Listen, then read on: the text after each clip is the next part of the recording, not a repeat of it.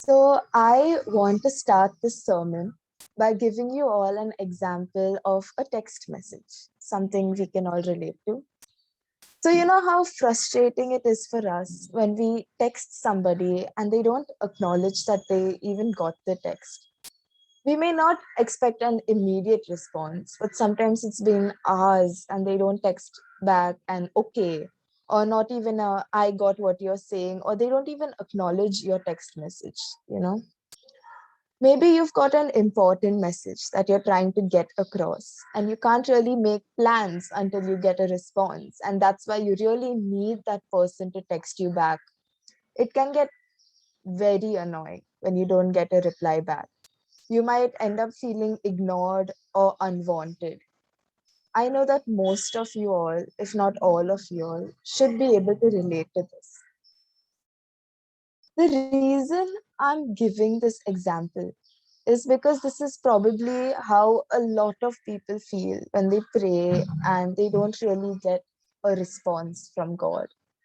It can get really frustrating. Today, I will be preaching about this, the time in life where we feel like we are praying every day and asking God for an answer for a particular prayer, or asking for a change of circumstances or a solution to a problem we are facing. But it just feels like God is not listening. There are times we feel God's presence, and there are times where we feel like can't hear anything.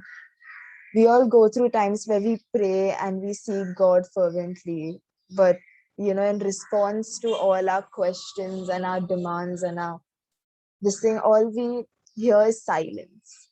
It gets us wondering, why isn't God answering my prayer? Am I not a priority to Him? Is He tired of hearing from me? Am I asking for too much? Or sometimes, maybe when things get really bad, does God really exist? Why am I not hearing anything? This issue of unwanted prayers is one of the most common and also one of the most frustrating experiences of the Christian life. It's not just when God does not answer, but also, when we're in dire need of God to do something, and then just God doesn't seem like He's there, or we're battling all these issues in life and there's no, according to us, no evidence that God's even around, or that He cares, or that He's paying attention. So there are multiple reasons for the silence, but today we will take a look at five of them. The first reason: God is preparing you. God uses these seasons of silence to get you prepared. Nothing may be changing on the outside, but something is happening on the inside. Your character is being developed. You're learning not to depend on people, just depend on God. You're gaining experience, maturity, strength, everything that you need to walk the path God wants you to walk. When God is silent, it does not mean that He's not concerned. It's not a sign that God has forgotten about you. In fact, it's a sign that He's closely watching you.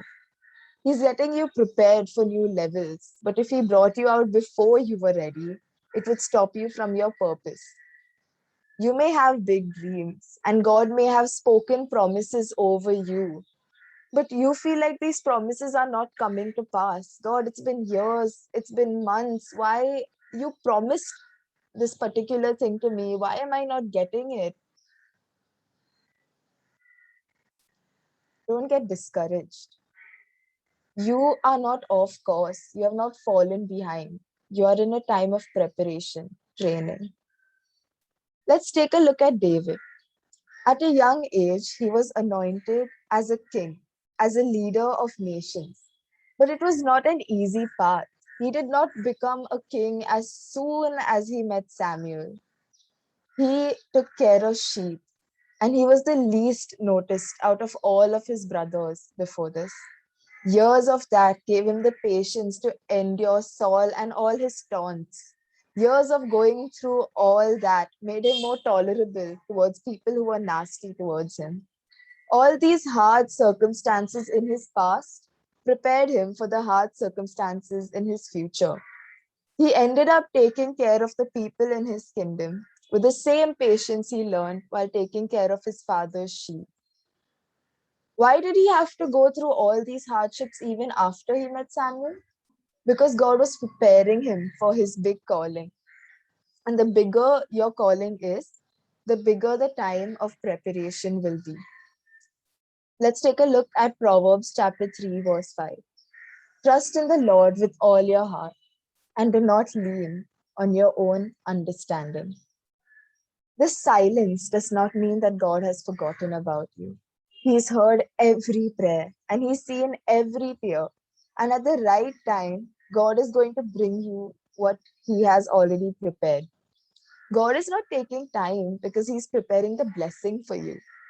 He is preparing you for the blessing. The promised land was already in place. He just had to get the Israelites prepared. Now, the second reason, your request was not according to God's will. Sometimes unanswered prayers are not because he is preparing us for the request we made. Let's take a look at 1 John chapter 5 verses 14 to 15. This is the confidence we have in approaching God, that if we ask anything according to his will, he hears us. And if we know that he hears us, whatever we ask, we know that we have what we asked of him according to his will.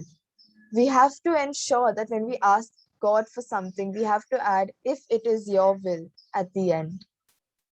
A 3-year-old child might look at a shiny car on the street and immediately want that. He might ask his father to get one for him.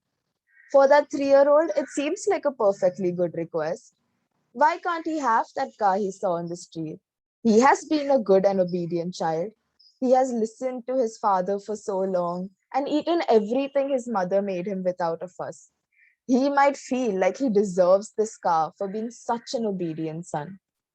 But his father, being older and wiser, knows that buying a car for a 3-year-old will be nothing but harmful for multiple reasons. It is like that with us. We serve an omnipresent and an all knowing God. We might make a request and think, oh, yes, I have been faithful. I have been praying and praising God every day. I deserve this. But God only knows that getting what you want will do to you. He loves you and he wants you to be happy. But at the same time, your request might make you stray from the path he wants you to walk. We have to ensure that all our desires and wants align with God's plan for us. Our requests will only be answered if God thinks that it is good for us. If we make a selfish request or a request that would not be good for us in the future, it might not get answered. Moving on to the third point, giving up. You must persevere and pray continually. Now, I do believe that when God seems to hold back an answer and make us wait, it is because he wants to see if we have enough faith in him to hold on to him, enough faith to keep persevering in prayer. First Thessalonians chapter 5, verses 17 to 18. Pray continually, give thanks in all circumstances, for this is God's will for you in Christ Jesus. Our prayers might not be answered if we have doubts and quit praying too soon.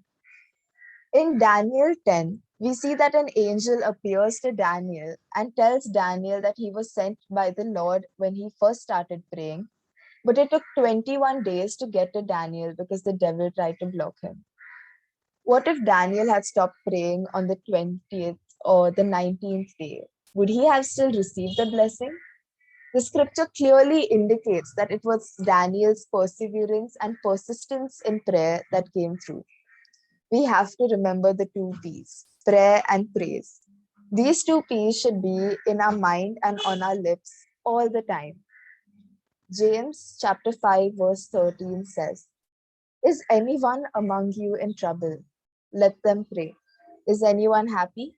Let them sing songs of praise. Sometimes in our season of silence, we simply need to keep praying and persevering. We need to remember that there are circumstances that are overwhelming and it is easy to lose heart, but God is always there. Colossians chapter 4 verse 2 says, "Do not be anxious about anything, but in everything by prayer and supplication with thanksgiving, let your requests be known to God." Now the fourth reason, you have not forgiven others. In the Lord's Prayer, which most of us say every day, it is written, "Forgive us our trespasses as we forgive those who trespass against us." Forgiveness is important. We sin daily and we ask for forgiveness daily. Even if we make the same mistake 100 times, God will forgive us when we repent. And He expects us to do the same. When we kneel down and pray every night, we should cleanse our heart and get rid of all feelings of hostility towards our brothers and sisters. We do not pray only to ask God for things. We pray to express gratitude. We pray to get closer to Him. And we pray to have fellowship with Him. And we also pray that as Christians, we become more and more Christ like with each passing second. All these elements are needed in our daily prayers. We cannot just sit and ask God for things while not working on ourselves. So, why is forgiveness so important? Forgiveness and love go hand in hand. Luke chapter 7, verses 47 to 48. Therefore, I tell you, her many sins have been forgiven, as her great love has shown. But whoever has been forgiven little loves little. Then Jesus said to her, "Your sins are forgiven." This verse shows us that forgiveness and love goes hand in hand. And we all know, that love is one of the most important aspects of Christianity. We must love our brothers like we love ourselves, and thus make sure that we genuinely forgive everyone during our fellowship with God. Reason number 5, God has something better planned for you in due time.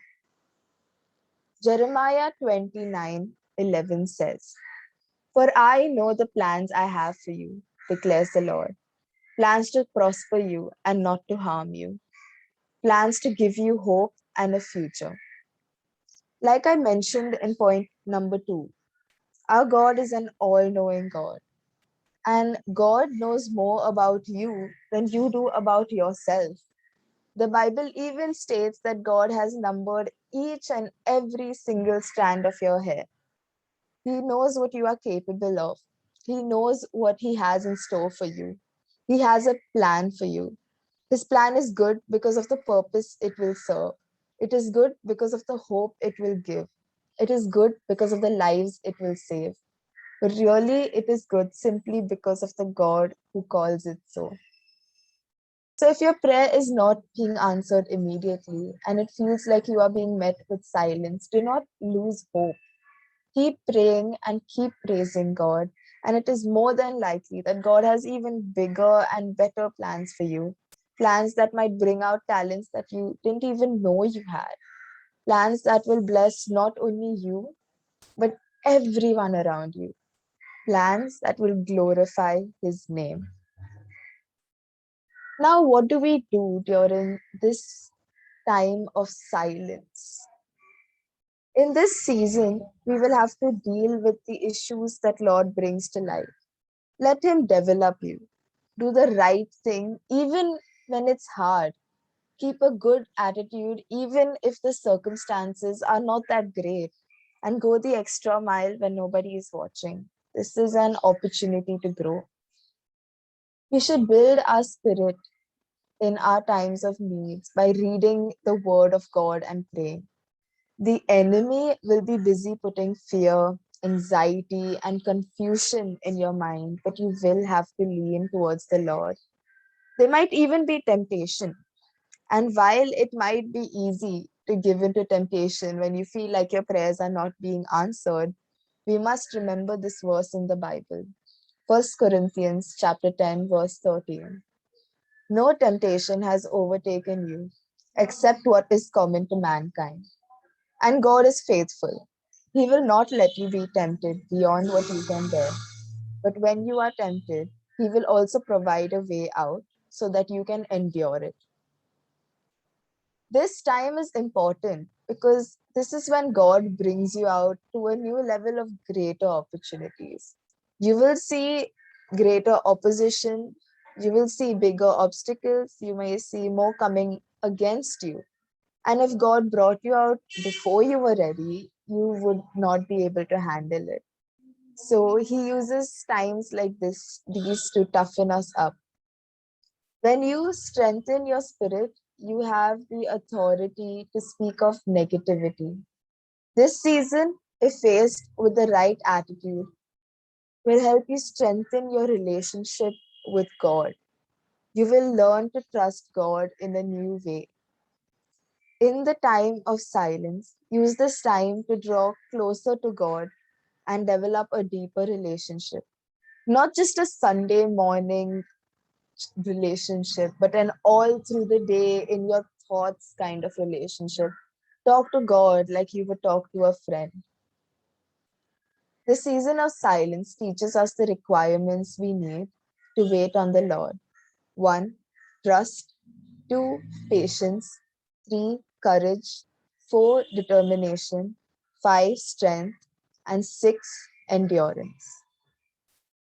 In conclusion, I'd like to say that the more you focus on worrying about hearing from the Lord and receiving answers, the more trouble you will have hearing from Him.